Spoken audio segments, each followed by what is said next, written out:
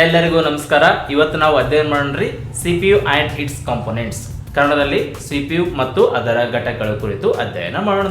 Example question ಕೇನ್ರಿ, ಕಂಪ್ಯೂಟರ್ನ ಮೆದುಳು ಅಥವಾ ಹೃದಯ ಯಾವ್ದನ್ನು ಕೇಳಿ, ಯಾವ್ದ್ರಿ? CPU.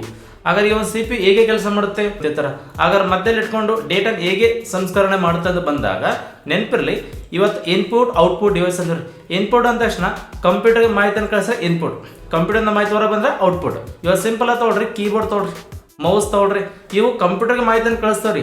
ಕಂಪ್ಯೂಟರ್ ಮಾಹಿತಿ ಇನ್ ಆಗ್ತದೆ, ಇದಕ್ಕೆ ಇನ್ಪುಟ್ ಅಂತಾರೆ. ಅದೇ ಕಂಪ್ಯೂಟರ್ನ ಮಾಹಿತಿ ಹೊರ ಬಂದ್ರೆ ಅದು ಔಟ್ಪುಟ್. ಔಟ್ಪುಟ್ ಅಂತ ತಕ್ಷಣ ಏನ್ರಿ, ಪ್ರಿಂಟರ್ ತಗೊಳ್ರಿ, ಪ್ರಿಂಟರ್ ಅಂತ ಬಂದ ತಕ್ಷಣ ಏನ್ ಮಾಡ್ತಾರೆ, ಕಂಪ್ಯೂಟರ್ನ ಮಾಹಿತಿ ಹೊರ ಬರುತ್ತೆ, ಅದ್ರಗೋಸ್ಕರ ಔಟ್ಪುಟ್ ಅಂತಾರೆ. ಇವತ್ತು ಈ ಒಂದು CPU ಅಂತ ಏನಿದೆ ನೋಡ್ರಿ, ಈ ಒಂದು CPU ಈ ತರ ಮಿಡಲ್ ಕೊಡಿಸಿ ಏನ್ ಮಾಡ್ತಾರೆ, ಇನ್ಪುಟ್ ಡಿವೈಸ್ಲಿಂದ ಡೇಟಾವನ್ನು ಏನ್ ಮಾಡ್ತಾರೆ, ರಿಸೀವ್ ಮಾಡಿಕೊಂಡು ಅದನ್ನ ಪ್ರೊಸೆಸ್ ಮಾಡುತ್ತೆ. ಯಾವ್ದ್ರಿ? CPU.